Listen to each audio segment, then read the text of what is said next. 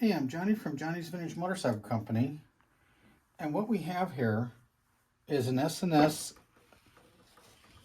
Super carburetor. It says B on the body here, and Shorty right here, and there you can see the number of the casting. Now, we're parting out a 1969 Sportster, and this came on the bike. So we wanted to show this to you all apart. So there's nothing busted, it's complete. It could use maybe a little cleanup, but I think it'd be all right.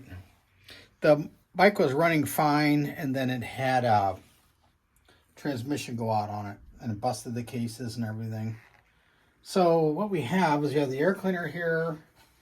Got some marks on it a little bit, but it's not bad. It could use a nice polish job. But it's definitely a nice lid.